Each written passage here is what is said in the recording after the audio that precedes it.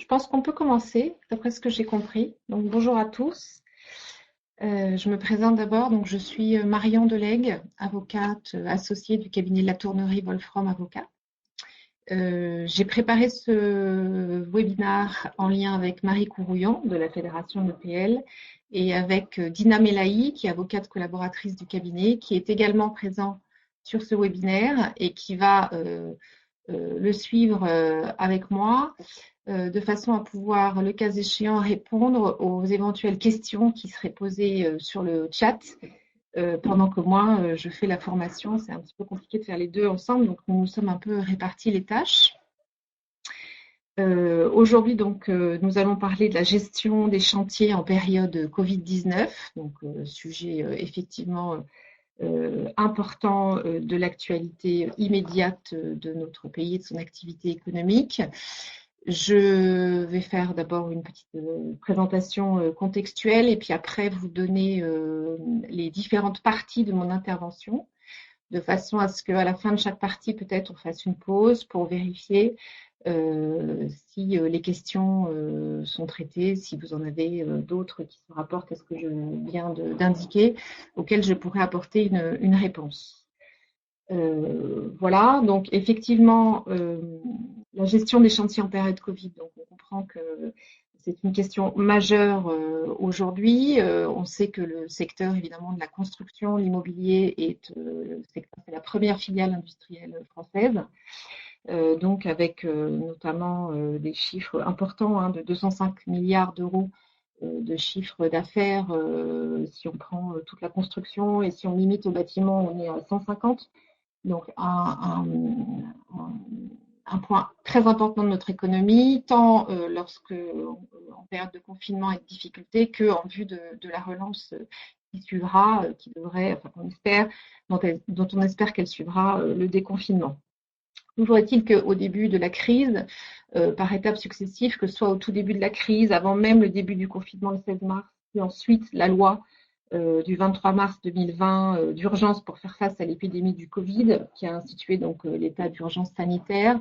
Il y a eu une petite communication et une entrée de crise un peu erratique, avec notamment des difficultés qui se sont posées assez immédiatement, beaucoup de chantiers en cours qui se sont arrêtés, avec donc des entreprises du BTP qui ont immédiatement suspendu leurs opérations sur les chantiers, avec donc faisant suite par ailleurs à une communication un peu erratique du gouvernement, qui a évidemment commencé par parler de force majeure, pour ensuite demander aux entreprises du BTP de reprendre le travail. Donc tout ça a abouti, et vous avez évidemment suivi, à un accord en vue d'assurer, lorsque cela était possible au regard des conditions sanitaires, la reprise des chantiers. Donc accord entre le gouvernement et la Fédération des BTP, à la suite duquel donc, a été préparé par la Fédération, donc OPP-BTP, qui est donc un organisme paritaire de formation et de gestion des questions de sécurité pour les entreprises du BTP, d'un guide qui est paru donc le 4 avril, guide de préconisation de sécurité sanitaire pour la continuité des activités de la construction en période Covid. C'est un peu à l'occasion de l'apparition de ce guide qu'on a préparé avec la Fédération EPL, effectivement, le webinaire en lien avec le guide de recommandation qui vous a été annoncé la semaine dernière. Ce qu'il faut évidemment savoir, c'est que ce guide aujourd'hui, il a été préparé par les entreprises du BTP. Donc c'est la vision de l'entreprise. Et comme la Fédération des EPL et d'autres fédérations ont pu le regretter, sans réelle concertation avec les autres acteurs, et ils sont nombreux, qui assurent la gestion des chantiers, donc maîtres d'ouvrage, dont vous faites partie, et on va un peu plus focuser sur la question un peu plus tard, les maîtres d'ouvrage, les maîtres d'œuvre, les coordinateurs sécurité, etc. Donc c'est vraiment le point de vue de l'entreprise, et donc il faut le prendre en tant que tel, avec donc évidemment le recul nécessaire et les changements d'optique nécessaires pour l'interpréter, d'autant que, et on y reviendra, ce guide n'est qu'un guide indicatif, parce qu'il n'a aucune valeur réglementaire, légale ou normative proprement dite. Suite à ce guide, il faut néanmoins préciser qu'il a été il a fait l'objet d'un agrément par les ministères, il a été négocié, enfin, effectué un peu en concertation avec les ministères, donc l'État valide cette position, qui est encore une fois la position des entreprises, et l'a également repris pour son compte sur le site internet du gouvernement. Et par la suite, l'État a aussi publié, en application de la loi d'habilitation, l'ordonnance 2020-319 du 25 mars 2020, portant diverses mesures d'adaptation par rapport aux règles de passation et d'exécution des contrats de la commande publique et des contrats publics, dont on va également parler en partie, puisqu'elles certaines de ces dispositions ont des implications sur la gestion des chantiers en période Covid, et notamment en ce qui concerne les questions de suspension des chantiers et de reprise d'activité et de ses conséquences. Ça, c'est pour vous donner le cadre général de l'intervention, le contexte. Dans ce cadre-là, donc, ce que nous allons examiner aujourd'hui dans le cadre de 5 parties. Il nous semblait important, en premier lieu, de faire un rappel de l'état du droit en termes de répartition des responsabilités des différents acteurs sur le chantier, donc qui gère quoi et qui est responsable de quoi sur un chantier en matière de sécurité des travailleurs, des ouvriers et des employés sur un chantier. Ça nous paraissait tout à fait nécessaire puisque, comme je vous l'ai indiqué précédemment, le guide dont on a beaucoup parlé de préconisation n'a pas de valeur légale ou réglementaire et donc il ne peut pas en aucune façon se substituer au droit existant, qui reste donc le cadre légal applicable aux différents intervenants, à commencer par vous, établissements publics locaux, dans la maîtrise et la gestion des chantiers. Donc ça sera la première partie, un rappel de l'état du droit et des responsabilités des différents acteurs pour poser le cadre. À la lumière donc de cet état du droit, la deuxième partie sera d'entrer un peu plus dans le détail du guide, justement, de préconisation et de son analyse, avec les recommandations, en lien avec les recommandations qui vous ont déjà été communiquées par la Fédération des EPL dans son guide de recommandation la semaine dernière. Avec notamment les principales dispositions et ce qu'on vous recommande. Et là, il y aura probablement effectivement à la fin de cette partie des questions un petit peu précises auxquelles nous tenterons de répondre le mieux possible. Une fois qu'on aura vu ce guide, on analysera aussi la question importante de la suspension des chantiers et notamment du portage de ses conséquences financières. Donc, pour les chantiers qui seront encore en cours et dont on déciderait qu'ils devraient être stoppés, notamment pour des raisons évidemment sanitaires en lien avec le Covid, qui le décide et quelles en sont les conséquences, telles que le cadre légal aujourd'hui le prévoit. Ça sera la troisième partie. Puis ensuite, on verra dans une quatrième partie l'analyse des conditions de reprise des chantiers. Je réalise que ça serait plus simple, évidemment, avec cela qui rappelle ce que je dis, et après vous aurez bien sûr un fil, l'analyse de la reprise des chantiers, et enfin on fera un focus également un petit peu plus précis sur la responsabilité du maître d'ouvrage, qui est une question importante et sensible, notamment au regard de la question pénale, de droit pénal, de comment peut être engagée, le cas échéant, la responsabilité pénale du maître d'ouvrage en cas évidemment d'accidents liés de contracts de décès ou de maladies invalidantes liées à la contraction du Covid, qui résulterait donc du défaut de prise en compte des mesures de sécurité nécessaires. Voilà pour les 5 parties qui seront détaillées. Et ce que je ferai donc, c'est que à l'issue de chaque partie, je ferai une petite pause, j'irai regarder du côté du chat pour voir si tout va bien de votre côté. Et pendant que donc, je parle, je le redis, Marie Courouillon pour la Fédération mutuelle et Tina Meahi, l'avocate du cabinet, tenteront de répondre aux questions que vous poseriez ou aux précisions, sachant que nous avons préparé évidemment cette intervention, Dina et moi, ensemble. Donc, si on en vient à la première partie sur le rappel des obligations imposées aux différents acteurs par le droit en vigueur, donc le cadre légal aujourd'hui, tel qu'il résulte du Code du travail. Donc, très rapidement, évidemment, le secteur du BTP, c'est un secteur très dangereux. Au-delà même de la dangerosité du métier, c'est un secteur dans lequel le taux de mortalité des ouvriers est le plus important. On estime qu'on est à peu près sur un taux de mortalité total de 25%. Comment dire, ça représente 25% des accidents du travail pour une population qui représente 8% des actifs.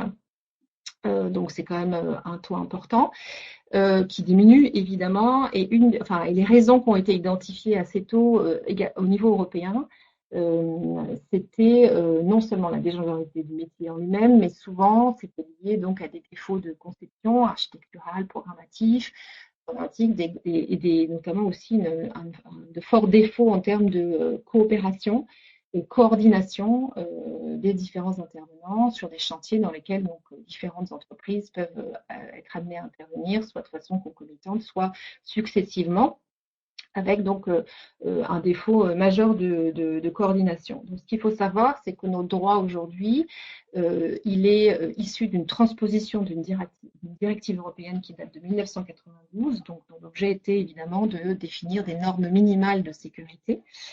Et dans ce cadre-là, donc le droit français a transposé cette directive en incluant donc ces dispositions que je vais vous présenter maintenant dans le Code du travail, sachant que le principe qui a été retenu par la France, c'était de faire du maître d'ouvrage le responsable principal de l'organisation de la coordination lorsque on est dans une situation donc d'intervention de plusieurs entreprises sur un chantier. On évoquera au fur et à mesure de la présentation les cas particuliers d'intervention d'une seule entreprise, qui ne sont évidemment pas dénués de toute obligation de sécurité, mais c'est vrai que notre propos principal portera quand même sur les cas de coactivité avec intervention de plusieurs entreprises sur un chantier.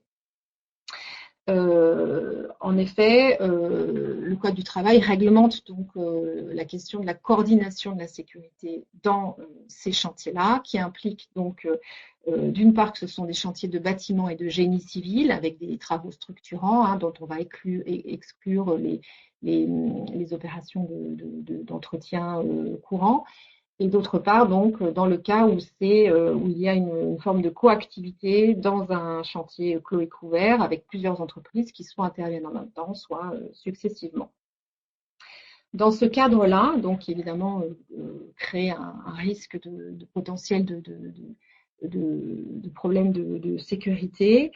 Le maître d'ouvrage donc est responsable de l'organisation donc de la coordination dans son ensemble. Comme vous le voyez sur le tableau là qui vous est présenté, il a une obligation générale. Alors cette fois-ci, celle-ci, il la partage aussi avec le maître d'œuvre et le coordinateur, de prise en compte des principes généraux de prévention. Ces principes généraux de prévention, donc c'est l'article L4121-2 du Code du travail.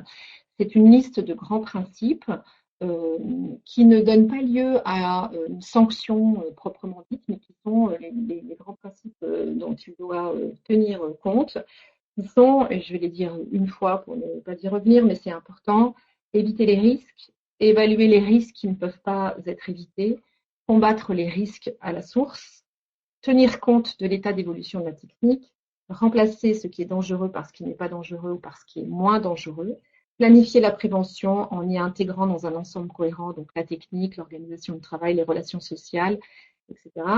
Prendre des mesures de protection collective en leur donnant la priorité sur les mesures de protection individuelle. Et il reste deux autres points qui, eux, sont en revanche gardés pour les employeurs uniquement, qui sont adapter le travail à l'homme et donner les instructions appropriées aux travailleurs.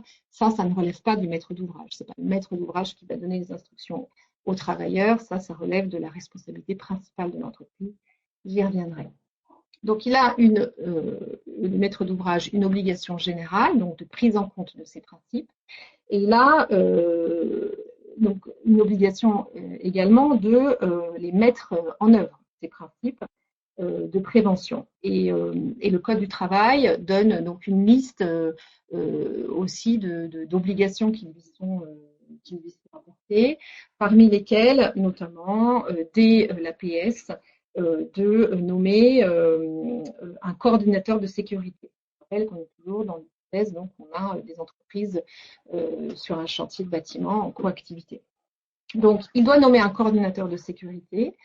Le coordinateur de sécurité avec qui il est loué par un contrat va lui permettre, c'est un professionnel de la sécurité, il doit d'ailleurs s'assurer qu'il est compétent et qu'il a de l'expérience pour cela. Et évidemment, le niveau de compétence et d'expérience varie en fonction du type de chantier et de son importance. Et donc, avec le coordinateur, ils vont pouvoir mettre en œuvre les règles de prévention. Sachant que le coordinateur ensuite doit disposer de tous les moyens nécessaires pour avoir l'autorité sur les différents interlocuteurs du chantier, maître d'œuvre, entreprise, et pouvoir établir ce qu'on appelle, et on va en reparler par la suite, le programme général de sécurité, donc le PGC, qui est donc le programme général qui détermine les prescriptions de sécurité qui vont être applicables dans le cadre du chantier. Le plan général de coordination. Voilà, j'avais les bonnes initiales, mais le plan général de coordination PGC. Donc, ce qui est important pour le maître d'ouvrage, c'est vraiment de nommer ce coordonnateur et de lui donner surtout tous les moyens nécessaires pour exercer sa mission dans le cadre du contrat qu'il va signer avec le CSPS, le coordonnateur. C'est important parce que le coordinateur agit pour le compte du maître d'ouvrage, donc il n'a pas il a une responsabilité d'abord contractuelle et limitée à son périmètre d'intervention.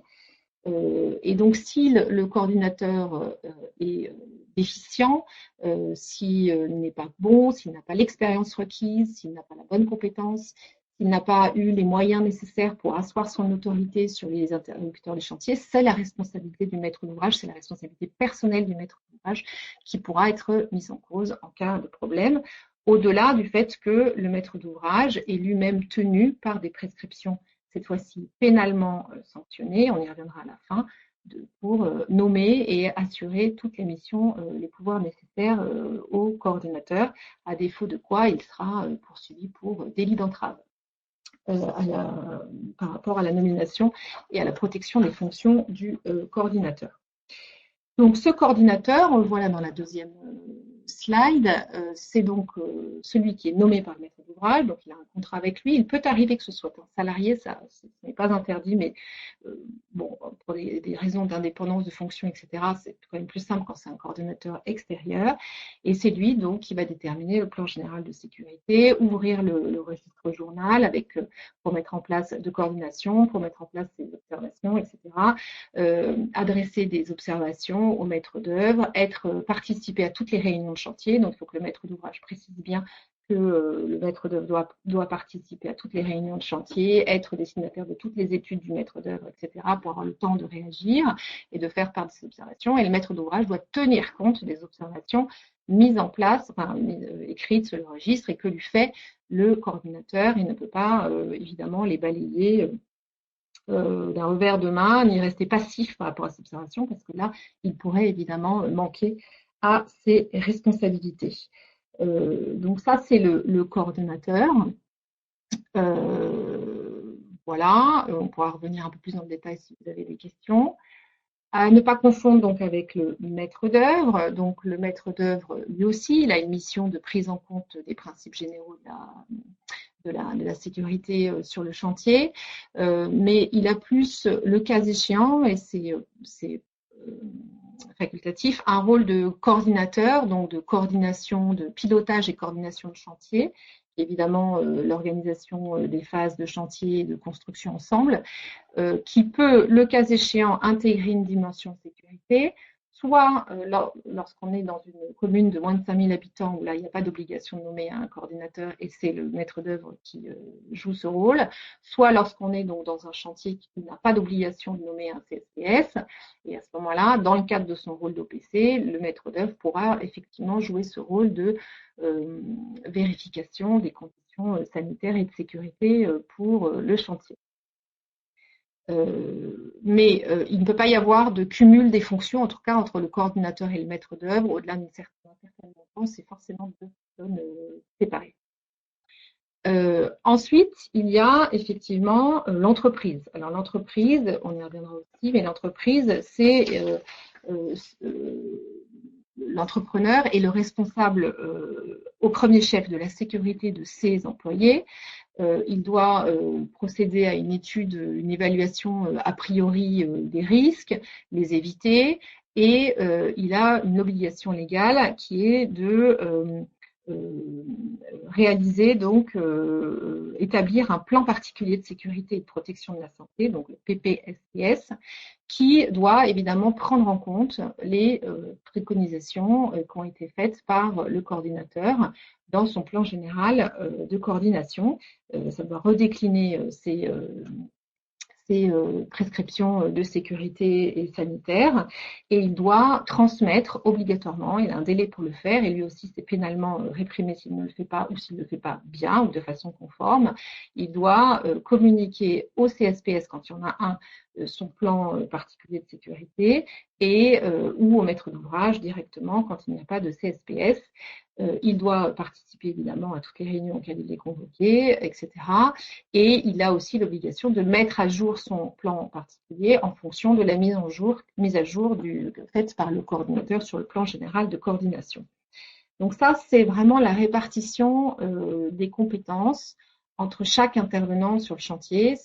L'objectif de ce tableau, sur lequel on peut revenir de façon plus précise, c'est de vous montrer que le maître d'ouvrage, il a une obligation générale, il doit tenir compte des principes généraux de prévention, il doit s'assurer de leur mise en œuvre, évidemment, et c'est sa responsabilité, mais ce n'est pas lui qui, concrètement, va évidemment déterminer les règles de sécurité et les règles sanitaires ou va donner des instructions directes aux entreprises ou aux travailleurs directement de façon seule. Il n'en a pas l'expertise. Donc, il a besoin évidemment de cet appui d'experts via le coordinateur, l'appui du maître d'œuvre, cas échéant, et en laissant aux entreprises la responsabilité également première. Ça, c'était pour la première partie. Un rappel du droit, c'est important de se rappeler, puisqu'en fait, le guide va intervenir dans ce cadre qui n'est pas modifié. Je vais faire une petite pause, je vais regarder sur le chat si tout va bien pour vous, et ensuite on passe à la partie suivante.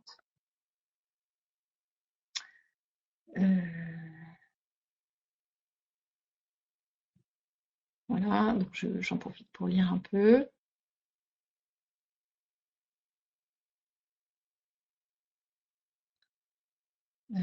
Bon, en fait, alors les chantiers, quand on évoque les chantiers clos, alors en bâtiment, les chantiers en extérieur, tout dépend aussi de savoir si ce sont des chantiers liés à une entreprise en lien avec une entreprise encore en activité, ou oui, vous parlez de terrassement VRD. Les règles de sécurité, si on ne considère pas que c'est effectivement un chantier clos, comme je vous l'ai dit, les règles sont différentes.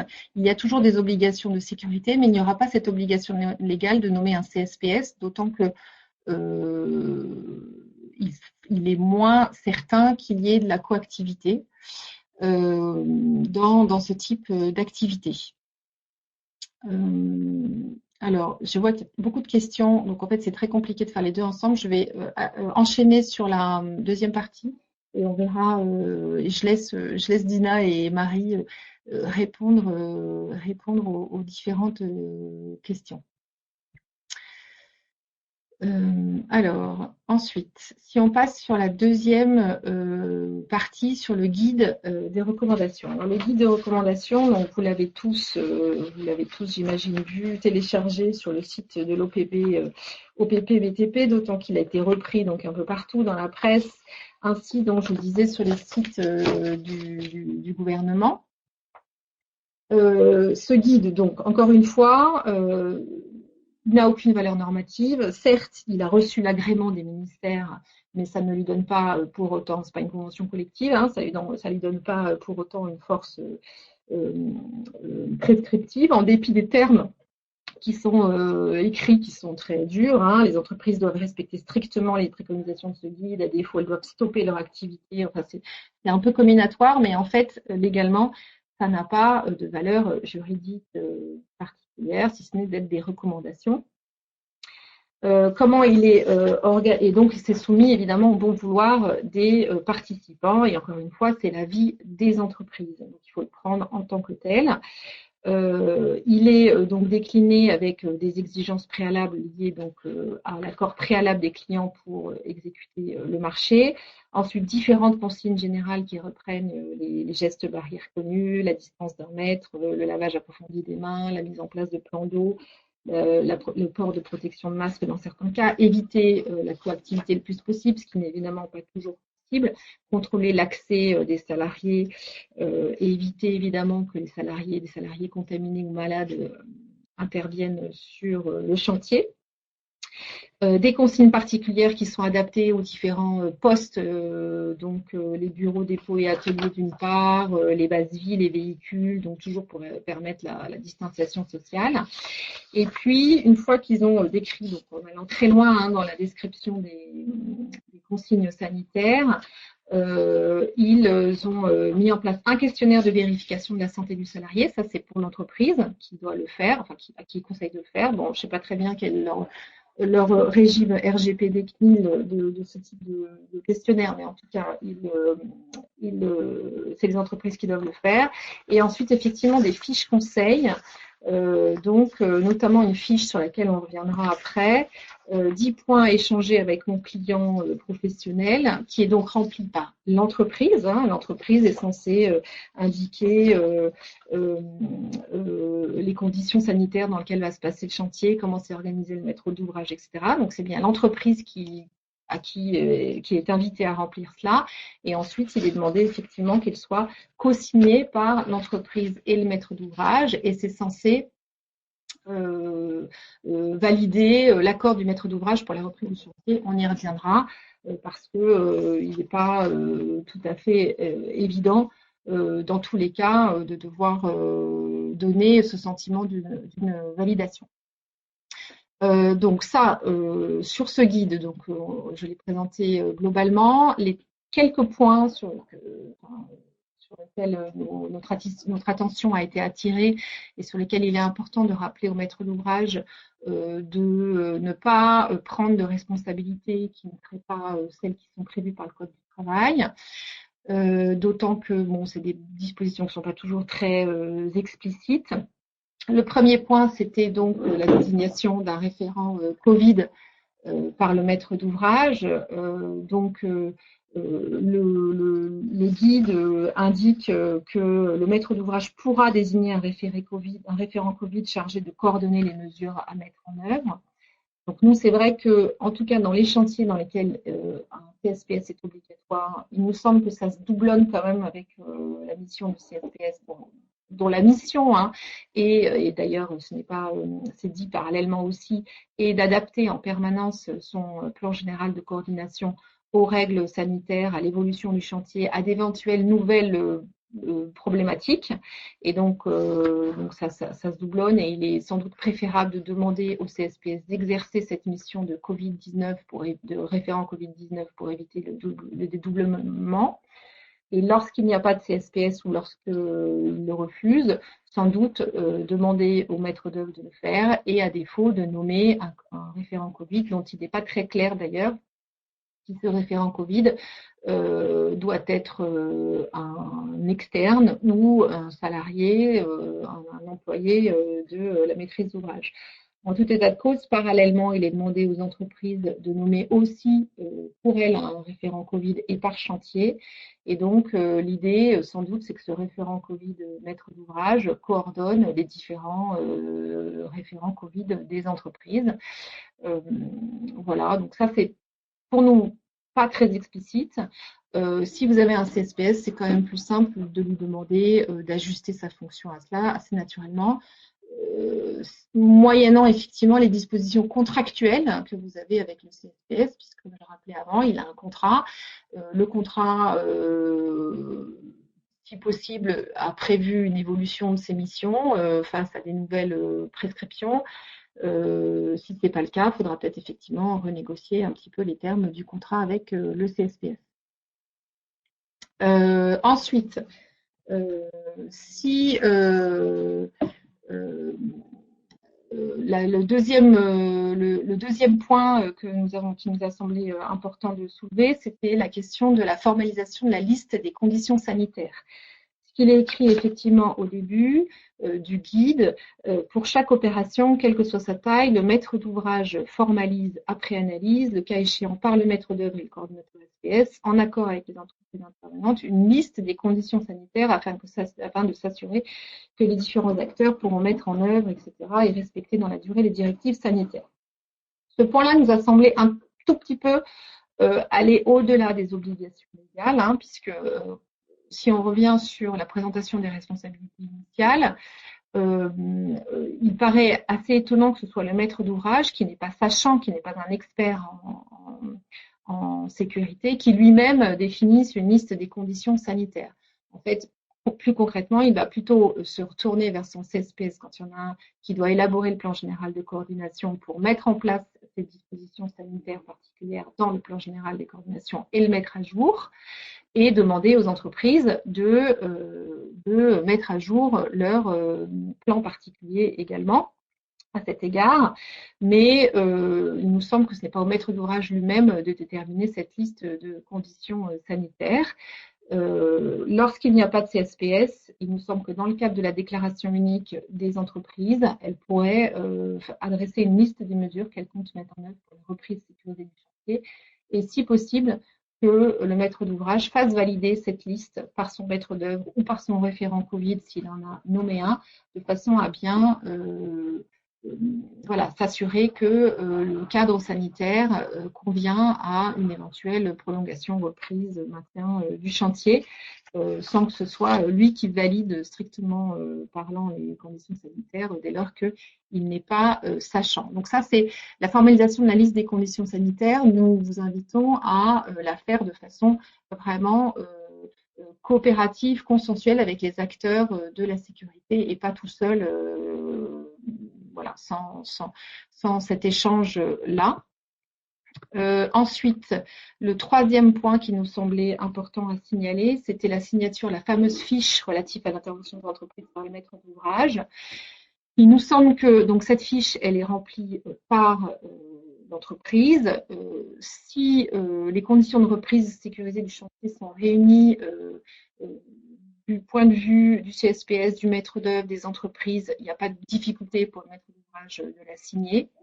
Mais il nous semble qu'avant de la signer, préalablement à la reprise du chantier, quand bien même vous signez cette fiche, nous préconisons que le maître d'ouvrage s'assure que tous les documents PGC, plan particulier, etc., aient bien été remis à jour, s'assurer qu'il y ait bien eu un échange avec les différents intervenants et que tout le monde soit d'accord pour reprendre le chantier.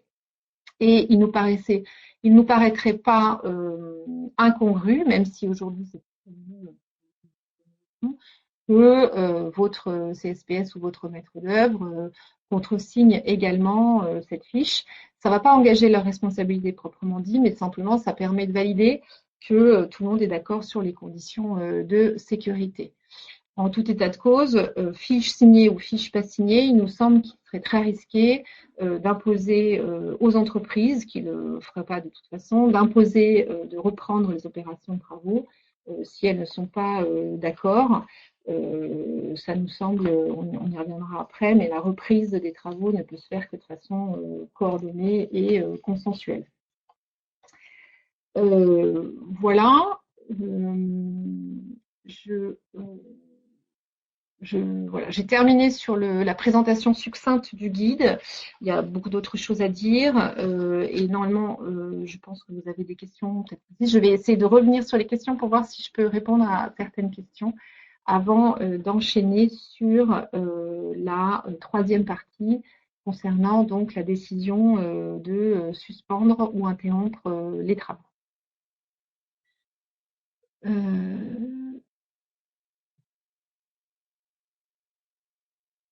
Alors, un CSPS nous indiquait que pour les chantiers supérieurs à 750 K euros, le CSPS ne pouvait pas assurer la mission de référent Covid. Alors, en fait, ce qui est vrai, c'est que dans le Code du travail, au-delà de 750, je crois que c'est 760, bon, bref, au-delà de 550 K euros, le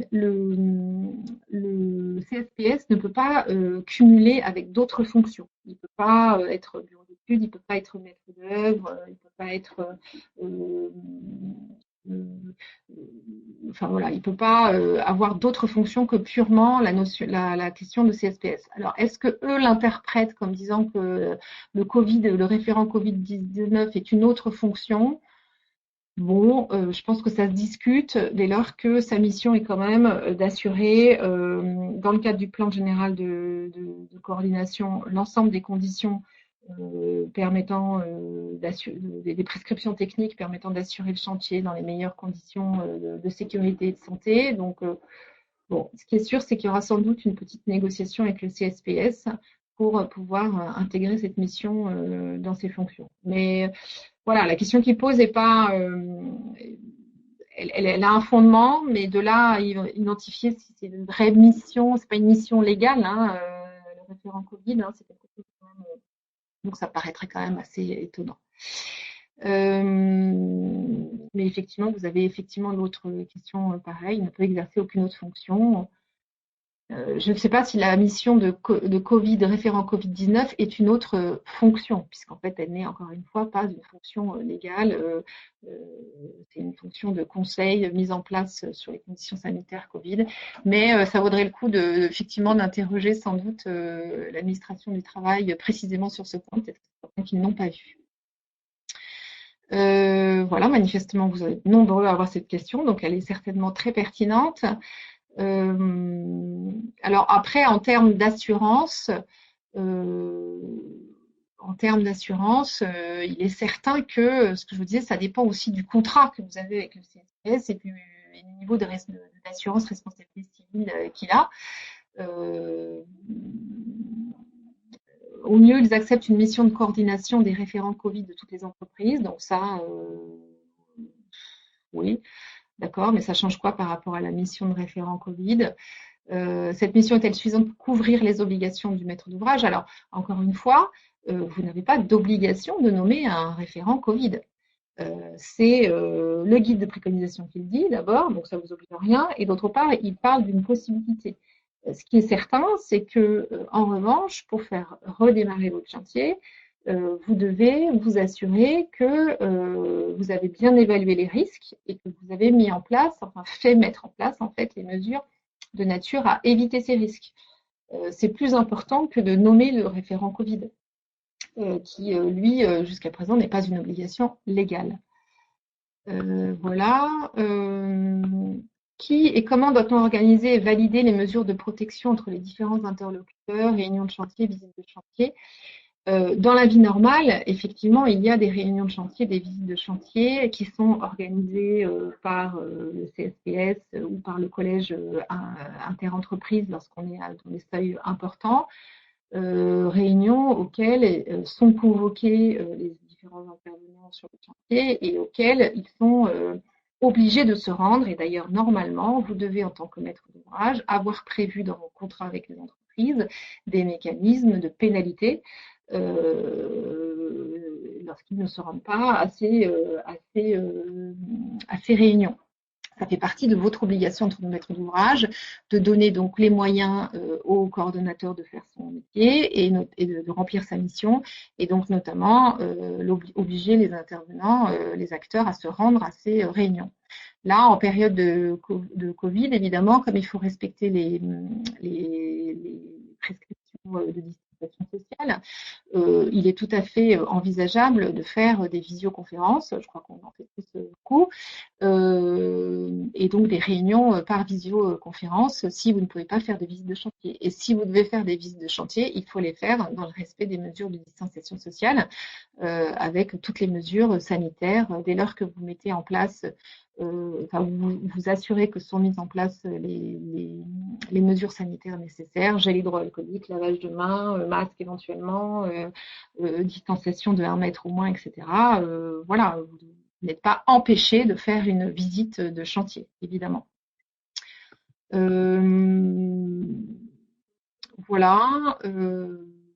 Je crois que le guide OPTP indique que le maître d'ouvrage formalise les mesures prises en matière de protection de la santé. Ça, c'est ce que je vous ai dit. Quelle forme peut prendre cette formalisation? On n'en sait rien.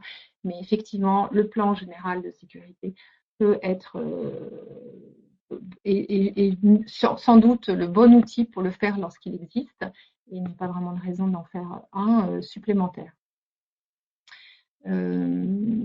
Voilà, la fiche évoquée ne devrait pas être signée par l'ensemble des interlocuteurs. Ben là, c'est ce qu'on a indiqué. Nous, il nous semble que ce serait bien également, parce que tout relève d'une démarche de consensus et d'accord de tous. De toute façon, l'entreprise ne peut pas obliger le maître d'ouvrage à recommencer, de la même façon que le maître d'ouvrage ne peut pas obliger l'entreprise à recommencer.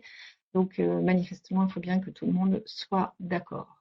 Je vais reprendre le cours de mon intervention pour arriver justement sur la question de la décision de suspension des opérations de travaux.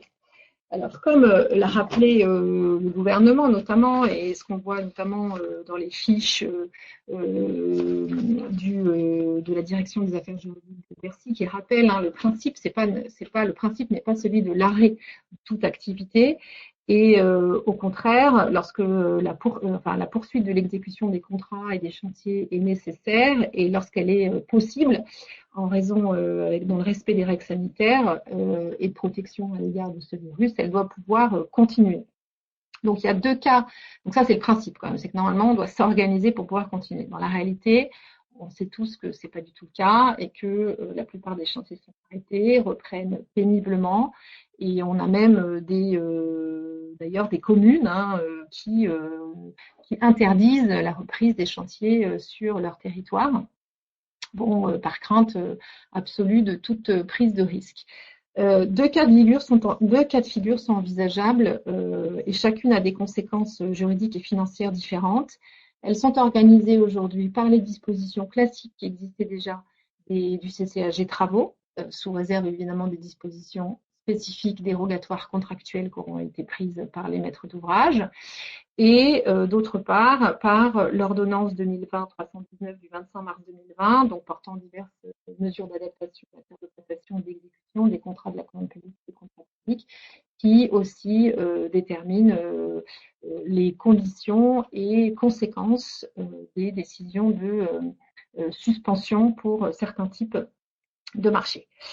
Donc, pour mémoire, on est donc dans la situation de l'état d'urgence sanitaire qui est donc établi du 12 mars au 24 mai 2020 et l'ordonnance, elle s'applique, elle accorde un délai de 2 mois supplémentaires donc pour la mise en place de mesures qui peuvent aller jusqu'au 24 juillet 2020. Alors, lorsque c'est le maître d'ouvrage qui décide d'arrêter les travaux, il peut être évidemment le faire, c'est lui qui prend l'initiative d'arrêter, souvent lorsque ça lui a été demandé par soit le maître d'œuvre, soit le SPS, soit l'entreprise, pour des questions de risque ou parce qu'eux-mêmes ne peuvent pas l'assumer.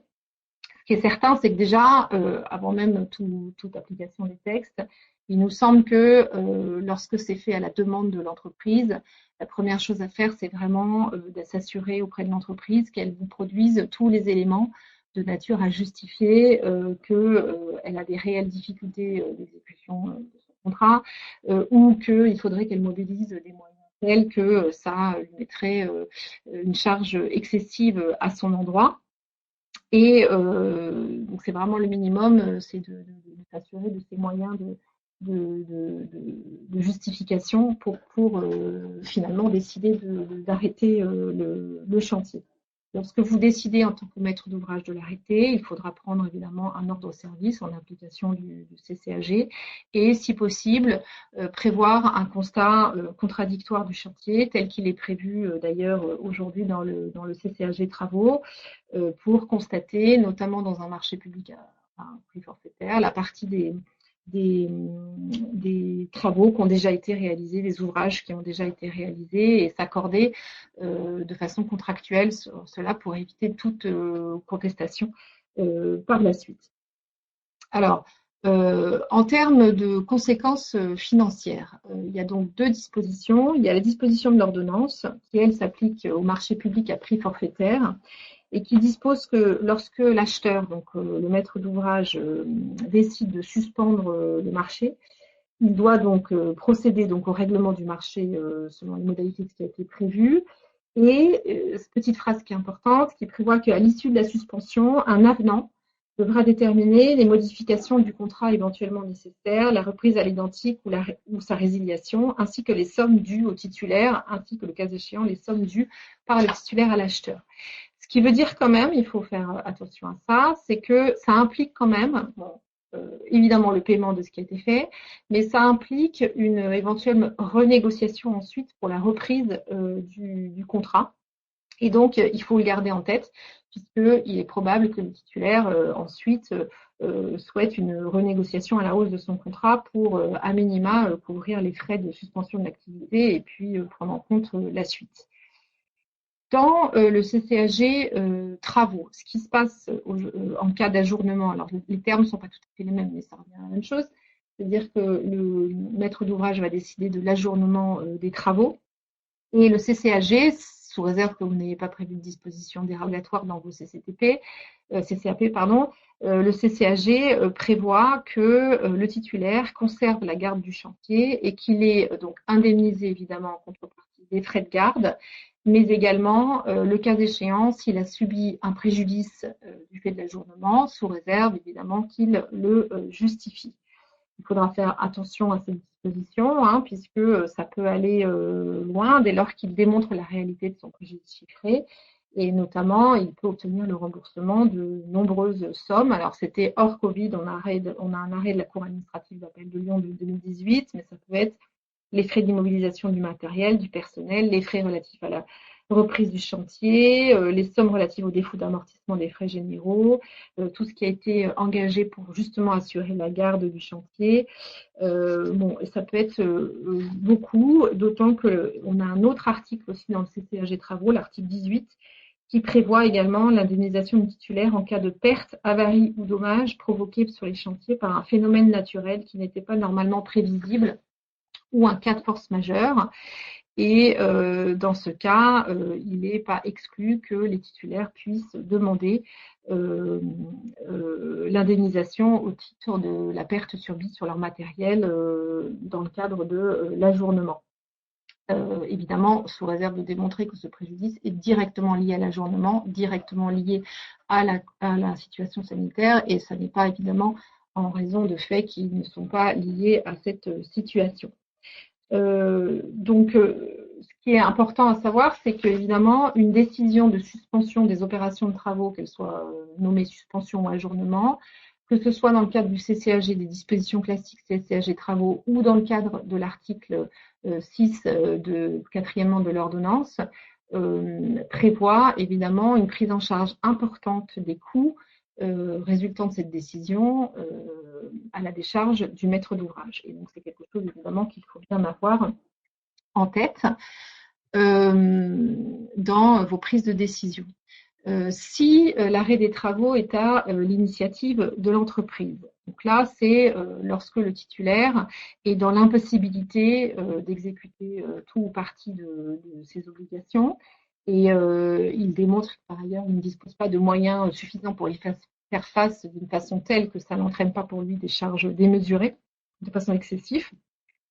L'article 6, petit deuxièmement de l'ordonnance, qui est intervenu donc pour faire face à la situation de Covid, explique que dans ce cas, si c'est l'entreprise donc qui décide de ne pas faire parce qu'elle est dans une situation d'impossibilité, il est clairement prévu que le titulaire ne peut pas être sanctionné ni se voir appliquer les pénalités contractuelles, ni voir sa responsabilité contractuelle engagée pour ce motif. Donc, ça veut dire quand même qu'il y a des conséquences également financières pour la personne publique, mais qui sont ici textuellement limitées aux sanctions contractuelles, aux pénalités, et il n'y a pas de sujet d'indemnisation de la perte.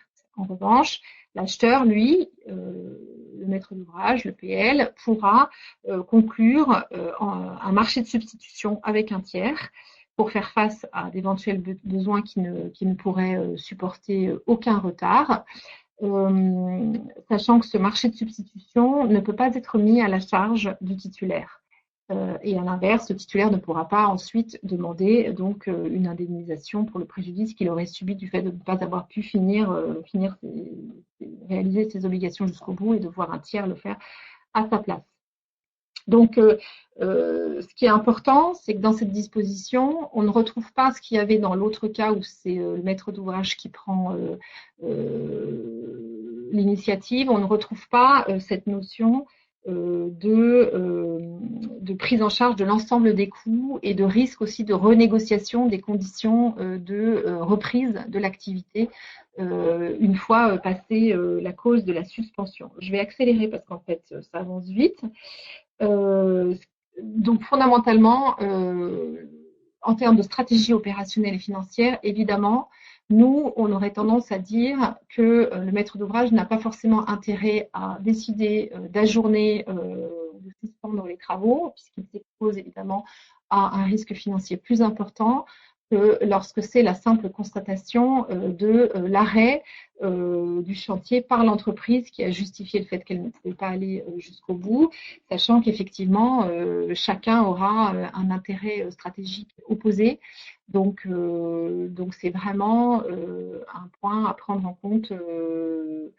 Et il est préférable pour le maître d'ouvrage d'acter l'impossibilité pour l'entreprise de poursuivre l'exécution du marché, quitte à prolonger le délai d'exécution du marché sur le fondement d'autres dispositions qui sont possibles dans le CCAG et l'ordonnance. J'accélère un petit peu pour passer très vite sur les deux phases supplémentaires. En termes de reprise de chantier, ce qui est important, c'est effectivement la décision de reprise de chantier, fondamentalement, à la fin, elle est celle du maître d'ouvrage, mais évidemment, il doit s'assurer qu'il a l'accord total de tous les intervenants compétents qui ont pu examiner la qualité des mesures prévues, décider ensemble de la reprise du chantier et des conditions dans lesquelles ce chantier devra être repris dans le respect des conditions sanitaires. Et c'est pour ça qu'il est impératif d'engager le dialogue avec les intervenants, au besoin par une vidéoconférence, afin d'échanger sur les mesures permettant la reprise sécurisée du chantier, d'intégrer ces mesures dans le plan général de coordination et ensuite dans les plans particuliers des entreprises, avant de décider de la reprise du chantier. Il nous semble que c'est une condition nécessaire pour le maître d'ouvrage. Alors, il peut y avoir des cas de reprise de chantier sans accord du maître d'ouvrage. Personnellement, je doute que ça puisse arriver. Je pense que les entreprises n'ont aucun intérêt à recommencer un chantier sans l'accord du maître d'ouvrage. Mais évidemment, face à une telle situation, vous ne devez pas rester passif et vous devez demander par écrit à l'entreprise de démontrer que toutes les conditions ont été réunies pour une reprise sécurisée du chantier et faire valider ces conditions par le CSPS qu'il existe, ou le maître d'œuvre ou le référent Covid. Et à défaut de prendre le risque pour le coup de notifier un ordre de service de suspension de chantier en dépit des conditions financières évidemment qui ont été exposées plus précédemment. J'en ai déjà parlé très rapidement. Vous avez la possibilité qui vous est donnée par l'ordonnance 2030-319 de conclure un marché de substitution lorsque le titulaire donc démontre qu'il est dans l'impossibilité d'exécuter tout ou partie de son contrat et pour satisfaire à des besoins qui ne peuvent souffrir aucun retard, à condition de ne pas le faire aux frais et risques du titulaire et sans qu'il puisse engager votre responsabilité contractuelle. En termes de mise en concurrence, il semble que vous puissiez vous appuyer sur les dispositions d'urgence impérieuse, notamment si c'est le cas, pour pouvoir être exonéré de mise en concurrence. C'est rappelé dans la FAQ de la Direction des affaires juridiques de Bercy, si ça remplit évidemment les conditions nécessaires par ailleurs pour pouvoir passer des marchés sans mise en concurrence et publicité préalable liée à un besoin d'urgence impérieuse. Voilà, sachant que c'est valable aussi pour le CSPS ou le maître d'œuvre, parce qu'il a pu arriver, on nous a fait remonter des cas effectivement où les CSPS et maîtres d'œuvre sont restés confinés chez eux sans vouloir sortir et sans vouloir exercer leur activité. Il faut savoir qu'ils ont un contrat, hein, leur responsabilité contractuelle peut être mise en cause évidemment. Le cas échéant, on peut résilier leur contrat et le maître d'ouvrage peut aussi se sécuriser en résiliant un contrat de son CSPS qui n'exerce pas sa responsabilité et en passer un rapidement dans les conditions prévues par l'ordonnance.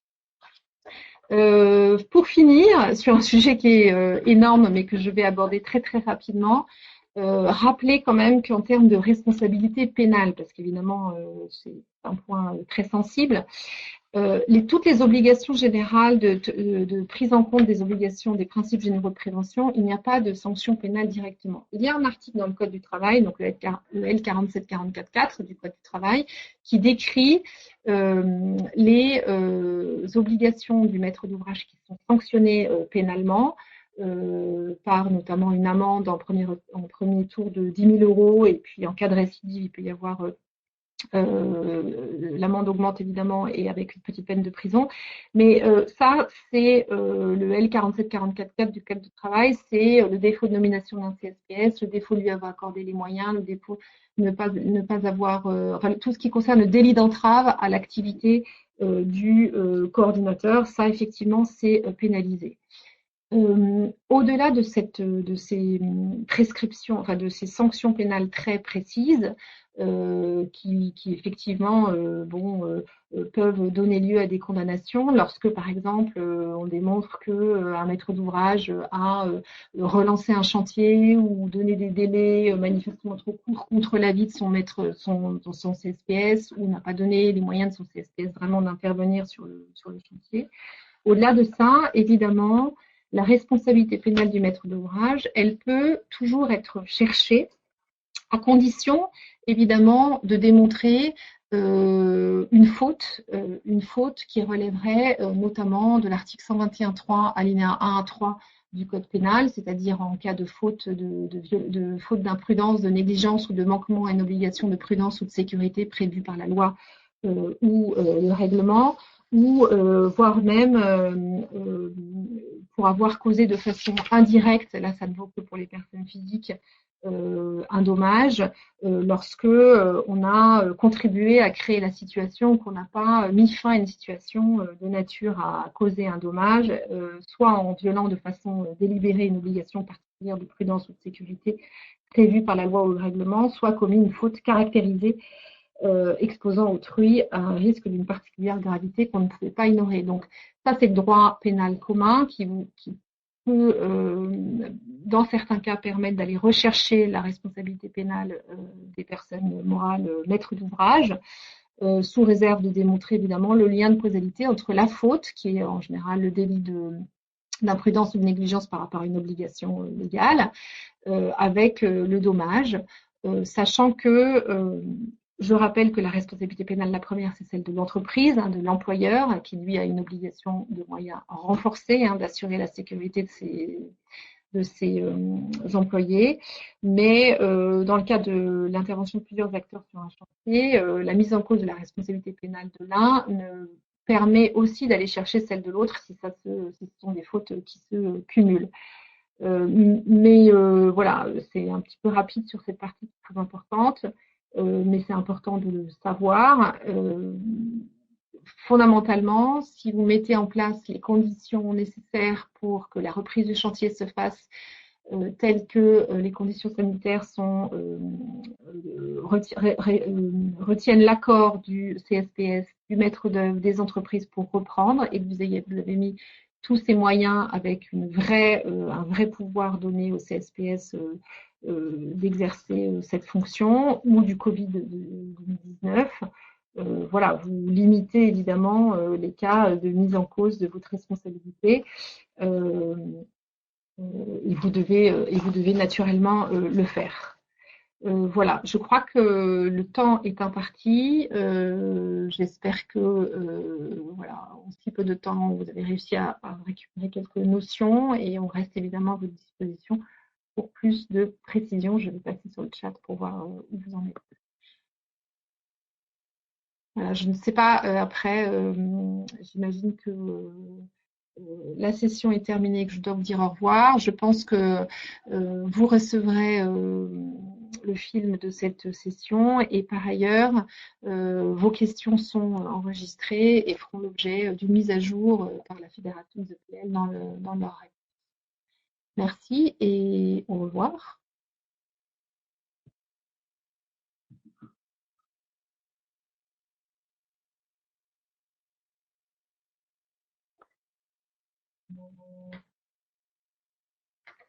Ah, je peux répondre quand même à quelques questions, me dit-on. Alors, je vais répondre à quelques questions. Qui prend en charge financièrement les frais liés aux mesures à mettre en œuvre sur les chantiers? C'est probablement le maître d'ouvrage, le donneur d'ordre, tout à fait, qui doit prendre en charge les mesures lorsqu'elles s'ajoutent donc aux mesures prises en charge par les entreprises vis-à-vis de leurs employeurs. Quid d'une prise en charge du surcoût par les assurances? Surtout, n'hésitez pas à en parler à vos assurances. À combien estime-t-on le surcoût? Voilà, ça, je pense qu'il faut effectivement que ça fasse l'objet d'une expertise très fine. Ça sera évidemment pas neutre, mais là, à ce stade, je ne peux pas vous répondre et ça dépasse largement ma compétence. Voilà. Donc, je vois que Marie rappelle l'accès au guide.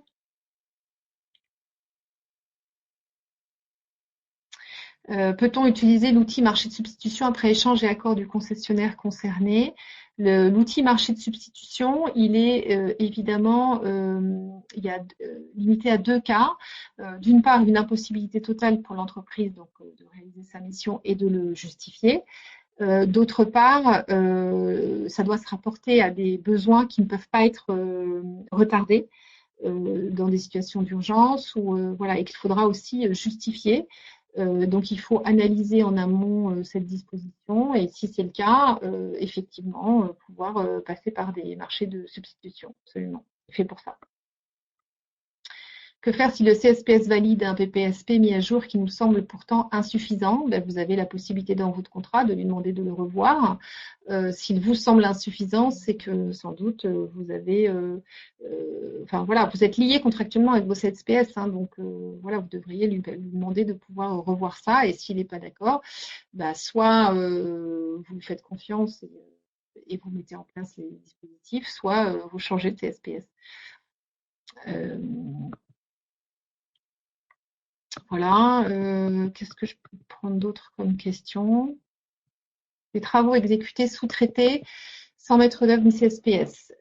Alors, pour les travaux en sous-traitance, alors dès lors qu'on est toujours dans le même cas, ça vaut, hein, c'est-à-dire les travaux en sous-traitance doivent être inclus dans la coordination et dans les plans particuliers de sécurité, ce qui veut dire qu'en fait l'entreprise doit intégrer dans son plan particulier de sécurité les dispositions de sécurité liées à ses propres entreprises en sous-traitance et elle en a la responsabilité. Et je vais prendre la dernière. Si une entreprise de travaux a écrit mi-mars qu'elle ne souhaitait pas poursuivre son chantier, qu'elle revient mi-avril en demandant la reprise du chantier, le maître d'ouvrage doit-il prendre un OS de reprise alors qu'il n'avait pas établi d'OS d'arrêt de chantier en considérant que ce chantier est uniquement du fait de l'entreprise? Formaliser cette poursuite d'activité, sachant que les entreprises réclament courrier et OS. Effectivement, je comprends que vous n'avez pas pris d'OS d'arrêt de chantier et que donc on est dans la situation clairement où c'est l'entreprise d'elle-même qui a décidé d'arrêter. Et donc ça, il faudrait, enfin, une fois que c'est constaté, vous ne pouvez que prendre acte de la reprise de chantier, mais effectivement, vous n'allez pas faire un OS de reprise de chantier puisque vous n'avez pas fait un OS d'arrêt de chantier. Et il va y avoir une négociation un peu fine, effectivement, puisque eux vont vouloir que vous en preniez un pour vous faire rebasculer la responsabilité de l'arrêt de chantier sur vous. C'est une question un petit peu spécifique, il faudra regarder dans le détail, mais qui est effectivement intéressante. Voilà, je pense que je vais m'arrêter là et peut-être y a-t-il un formalisme particulier à respecter auprès de l'autorité publique pour annoncer le redémarrage des travaux? Dès lors que vous avez pris un ordre de service d'arrêt de chantier, effectivement, lorsque vous prenez un ordre de service de reprise de chantier, on peut considérer que vous êtes à nouveau soumis à l'obligation de déclaration d'ouverture du chantier. Et à ce moment-là, renseignez-vous auprès de l'autorité publique pour voir si vous avez une nouvelle formalité à mettre en place. La session est clôturée. Merci, au revoir.